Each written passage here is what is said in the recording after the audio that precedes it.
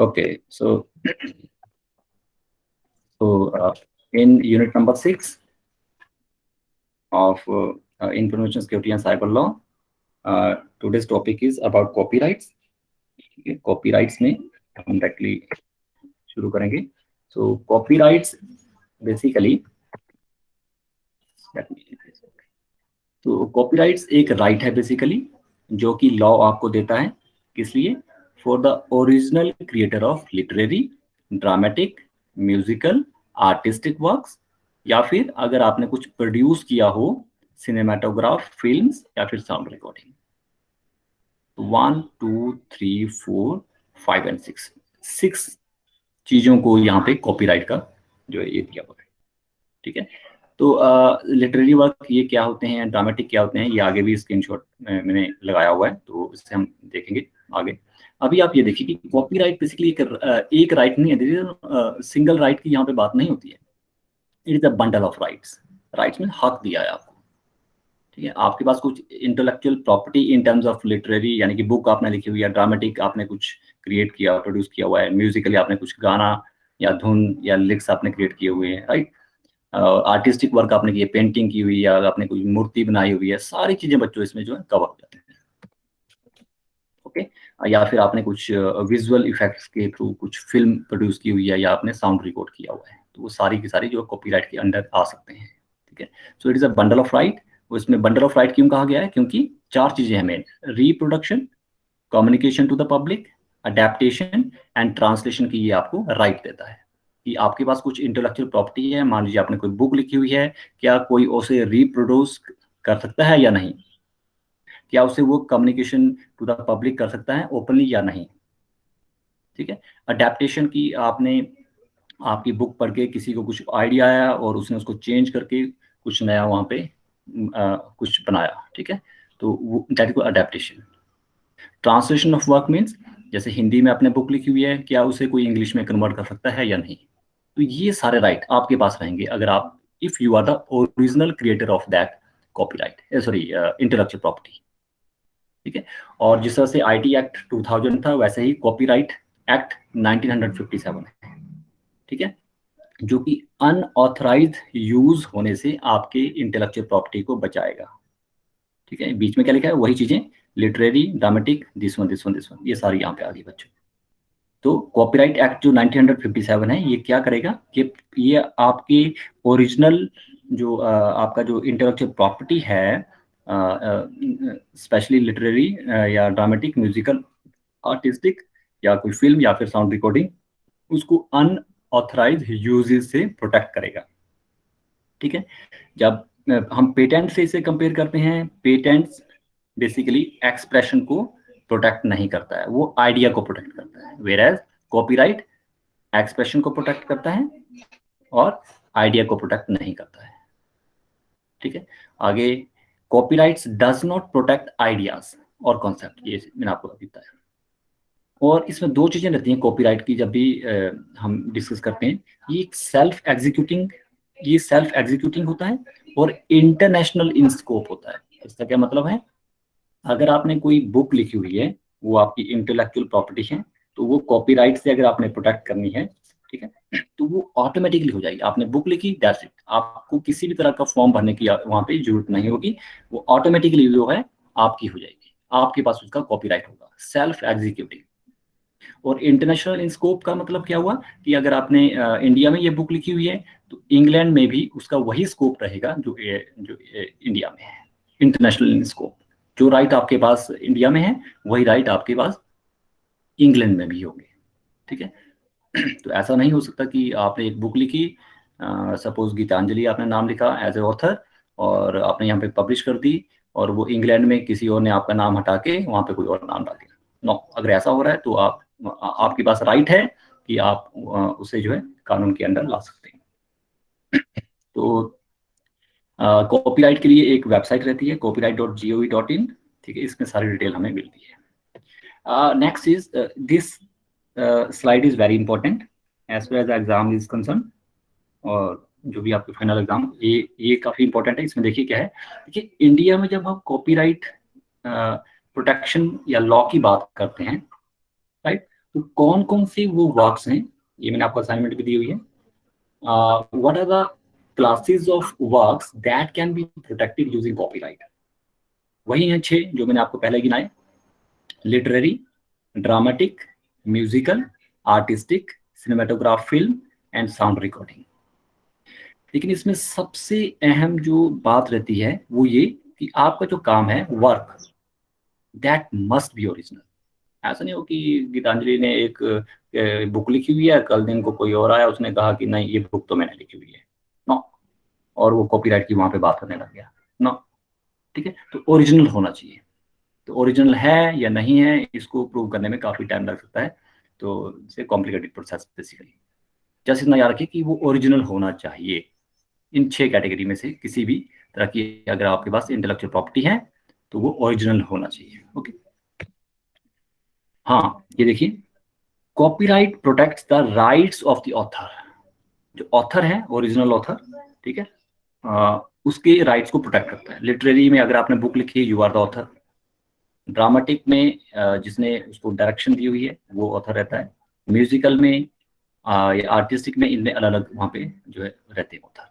ठीक है, उन सभी के राइट्स को ये प्रोटेक्ट करता है। सो हाँ, दूसरी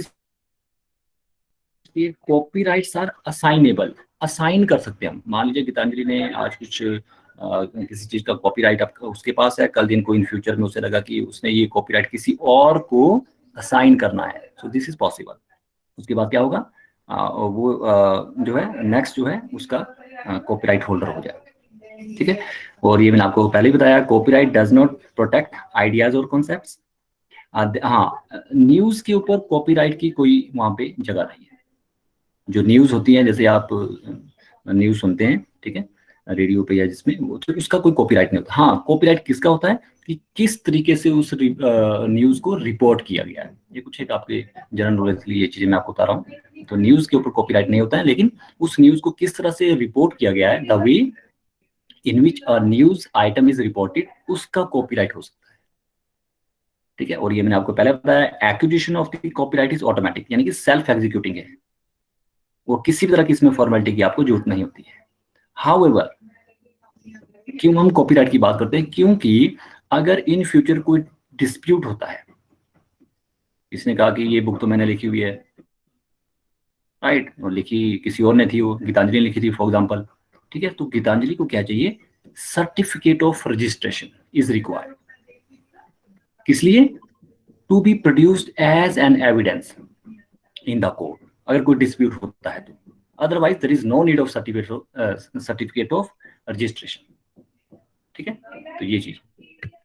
हाँ, म्यूजिकल वर्क क्या होता है ये देखिए, इसकी एक उस लॉ के अंदर जो है डेफिनेशन दी गई है, म्यूजिकल वर्क। ये अगर आपको समझ आता है ठीक है, अदरवाइज मैं इसे स्किप कर रहा हूँ, तो इसे आप देख लीजिएगा एक बार। और ये है आर्टिस्टिक वर्क। हाँ, ये मैं थोड़ा सा एक्सप्लेन करूंगा आपको। आर्टिस्टिक वर्क क्या होता है? जिसका जो आप कॉपीराइट ले सकते हो। आपने पेंटिंग बनाई हुई है, ठीक है, वो भी आर्टिस्टिक वर्क के अंडर आता है। स्कल्पचर, आपने एक मूर्ति बनाई हुई है पत्थरों को गुरेद के, ठीक है। एक आपने ड्राइंग बनाई हुई है जिसमें कि आपने डायग्राम बनाया हुआ है, मैप बनाया हुआ कहीं का है, और एक खजाना है कहीं पे आपके घर के आसपास, उसका आपने मैप बनाया हुआ, right. Okay, so that can be protected under copyright. कोई चार्ट आपने बनाया हुआ, कोई आपने प्लान बनाया हुआ है, वो सारे के सारे आपकी आर्टिस्टिक वर्क के अंडर आ सकते हैं। या फिर आपने इंग्रेविंग की हुई है, लकड़ी के ऊपर खुदाई की हुई है, और कुछ एक मंदिर में एक आपने वो बनाया हुआ ना, एक मूर्ति सी बनाई है लकड़ी के ऊपर या पत्थर के ऊपर, ठीक है। एक आपने फोटो खींचा हुआ है, वो काफी पॉपुलर हो गया ऑल ओवर वर्ल्ड, तो वो आपकी प्रॉपर्टी है। ठीक है, एक और कैटेगरी रहती है आर्टिस्टिक वर्क की, वो है आर्किटेक्चर, वर्क ऑफ आर्किटेक्चर। एक आर्किटेक्चर ने एक बिल्डिंग का प्लान बनाया हुआ है, तो वो उसकी कॉपीराइट के अंदर उसकी प्रॉपर्टी रहेगी। ठीक है, या फिर और कोई काम जो कि आर्टिस्टिक क्राफ्ट्समैनशिप के अंदर आता है। किसी ने आर्ट्समैन सॉरी क्राफ्ट्समैनशिप होती है, जैसे कुल्लू की शॉल, टोपी, ये सारी चीजें किसी की अपनी भी यहाँ पे कॉपीराइट ये हो सकता है, क्राफ्ट्समैनशिप। फिर सिनेमेटोग्राफ, फिल्म, आप सिर्फ याद रखिए कि विजुअल रिकॉर्डिंग होती है इसमें। इसमें ऑडियो भी रहेगा और वीडियो भी रहेगा। एंड साउंड रिकॉर्डिंग, इसका फोनोग्राम एंड सीडी-रोम था साउंड रिकॉर्डिंग में। ठीक है, इतना याद किए, ज्यादा। हाँ, ये आप फिर से देखिए, what are the different rights. जब हम कॉपीराइट्स की बात करते हैं, कौन कौन से राइट हैं, जैसे मैंने 4 आपको बताए थे, रिप्रोडक्शन एक्सेट्रा, वो सारे आपको मैंने बताए थे, ठीक है। तो इसको थोड़ा सा यहाँ पर डिटेल में लिखा, एक को आप समझिए, आगे फिर सारे स्क्रीन में वही लिखा हुआ है। जैसे हम अगर लिटरेरी वर्क की बात करते हैं, मान लीजिए किसी ने कोई बुक लिखी हुई है, तो कौन कौन से वो राइट है जो आपको मिलते हैं। टू रिप्रोड्यूस अ वर्क, कोई उसे उस बुक को फिर से रिप्रोड्यूस कर सकता है या नहीं कर सकता है। अगर करना चाहता है तो आपकी परमिशन लेनी होगी, अगर नहीं ले रहा है तो आप उसको कोर्ट में खींच सकते हैं। Okay. Second is to issue copies of the work to the public. आपने एक बुक लिखी हुई है, क्या उसकी प्रिंटिंग करके हम मल्टीपल कॉपी बना सकते हैं, फोटोकॉपी करके या समथिंग प्रिंटिंग करके, वो आपके पास इसका हक है, हाँ या ना में आंसर देने का, ठीक है। To perform the work in the public, जो आपने काम किया हुआ है, क्या पब्लिकली स्टेज पे खड़े होकर फॉर एग्जाम्पल आप उसको डिलीवर कर सकते हैं, कम्युनिकेट कर सकते हैं पब्लिक को, तो वो उसका राइट भी आपके पास है, ठीक है। To communicate the work to the public, वही चीज आ गई है basically. To make any translation of the work, आपने हिंदी में कहा हुआ है और किसी ने उसे पंजाबी में कन्वर्ट करना है, इंग्लिश में कन्वर्ट करना है, तो ये आपके पास उसका राइट रहेगा कि इसे करने देना है या नहीं करने देना। ओके। अडेप्टेशन की बात हम करते हैं, ये भी मैंने आपको पहले बताया था। अडेप्टेशन मीन्स आपके वर्क को देख के थोड़ा सा एक्सटेंड किया हुआ है, थोड़ा सा चेंज किया और नया वर्क ना दिया, ठीक है, तो उसकी पावर भी आपके पास रहेगी, क्या आप उसे अलाउ करना अलाउ करेंगे या नहीं करेंगे, ये आपके ऊपर डिपेंड करेगा। मेक सिनेमाटोग्राफ फिल्म, आपने कोई मूवी बनाई हुई है या साउंड रिकॉर्डिंग आपने की हुई है in respect of the work, ठीक है, तो इसकी सारी ये सारे राइट्स आपके पास रहेंगे, 7 राइट्स। अब अगला देखिए, हाँ ये yes yes this one is very important for your general knowledge, कि कंप्यूटर में अगर आपने कोई प्रोग्राम लिखा है किसी भी प्रोग्रामिंग को यूज करते हुए, that is also treated as literary work, literary work के अंदर आता है वो, ये ध्यान रखना, ठीक है, बस इतना ही जानता। लिटरेरी वर्क के बाद देखिए ड्रामेटिक वर्क, वही 7 की 7 चीजें हैं। म्यूजिकल वर्क, इसमें भी वही 7 की 7 चीजें हैं। आर्टिस्टिक वर्क, आर्टिस्टिक वर्क में टू रिप्रोड्यूस द वर्क, ये एक राइट रहता है। To issues copies of the work to the public, ये एक राइट रहेगा। To communicate the work to the public, वो रहेगा। To make adaptation, and fifth is to include the work in any cinematograph film. तो 2 चीजें इसमें missing है, वो आगे हम देखेंगे कौन कौन सी मिसिंग है, ये देखिए कौन कौन सी है। To perform the work in public, that is not applicable basically in artistic work. And to make any translation of the work, that is also not possible, वो एप्लीकेबल है नहीं। इस बाकी आप देखेंगे ये 7 चीजें अगर आपको याद हो जाती हैं, सभी में आएंगे। लिटरेरी वर्क में सभी में यस है, इसमें सभी में यस है, म्यूजिकल में सभी में यस है, बस आर्टिस्टिक वर्क में 2 चीजों में नॉट एप्लीकेबल आएगा। बस ये आपने फटाफट वहां पे, अगर ये आपको याद है, आप यहाँ से 3-4 शीटें ऐसे ही भर सकते हो लिख लिख के, ठीक है। सो एग्जामिनेशन पॉइंट ऑफ व्यू से भी आप चलिए थोड़ा। 2 और चीजें रहती है, cinematograph film and audio recording. इसमें थोड़ा सा अलग है, इसमें 3 तरह के राइट्स दिए गए हैं। अगर सिनेमाटोग्राफ फिल्म आपने प्रोड्यूस की हुई है, ठीक है, to make a copy of the film, आपने एक सीडी में अपनी फिल्म बनाई हुई है, सॉर्ट ऑफ एक मूवी आपने बनाई हुई है, तो क्या उसकी कॉपी कोई कर सकता है या नहीं कर सकता है। पायरेसी ध्यान आ रहा होगा आपको, ठीक है, इंडिया पाकिस्तान इसमें बहुत ज्यादा चलता है ये पायरेसी, पायरेटेड सॉफ्टवेयर, ठीक है, और जगह नहीं चलेगा। If you are in US you will be behind the bar, आपको जेल में डाल दिया जाएगा, ठीक है, तो ऐसा नहीं चलता। So this is basically right given to the law, given by the law to the original author of the film to make a copy of the film, including a photograph of any image formatting, forming part thereof.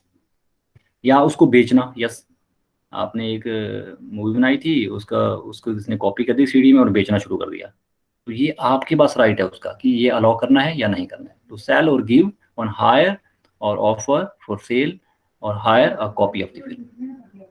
Classes to communicate the cinematograph film to the public, क्या public को वो दिखाना चाहते हैं या नहीं दिखाना चाहिए, ये राइट आपके पास रहेगा, ठीक है। वैसा ही साउंड रिकॉर्डिंग की अगर हम बात करें, पहले 2 वही सेम है, थर्ड यहाँ पे डिफरेंस आएगा, to communicate the sound recording to the public, बस ये रहता है। सो लास्ट में यही चार्ट फिर से बनाया हुआ है, तो ये इतना ही है, ठीक है, वही चीज आ जाती है बेसिकली, बस इतना ही बच्चों। तो आज हमने इंटरैक्टिव प्रॉपर्टी में कौन कौन सी कवर की, सॉरी कौन सी कवर की, कॉपीराइट्स, तो इतना ही आपने करना है। मैक्सिमम 5 मार्क्स का आप इसमें जो है एक शॉर्ट नोट सा आप इसमें तैयार करके रखिएगा, क्योंकि इसमें 2-4 ही टॉपिक्स हैं और वो सारे के सारे लगभग आते ही हैं। जैसे मैंने आपको एक असाइनमेंट में क्वेश्चन भी दिया हुआ है कॉपीराइट्स के बारे में, ठीक है। तो 10 मार्क्स के अकॉर्डिंग आपने अपनी असाइनमेंट कंप्लीट करनी है और जल्दी से जल्दी उसको अपलोड कल तक कर देना। Okay, so let me stop here.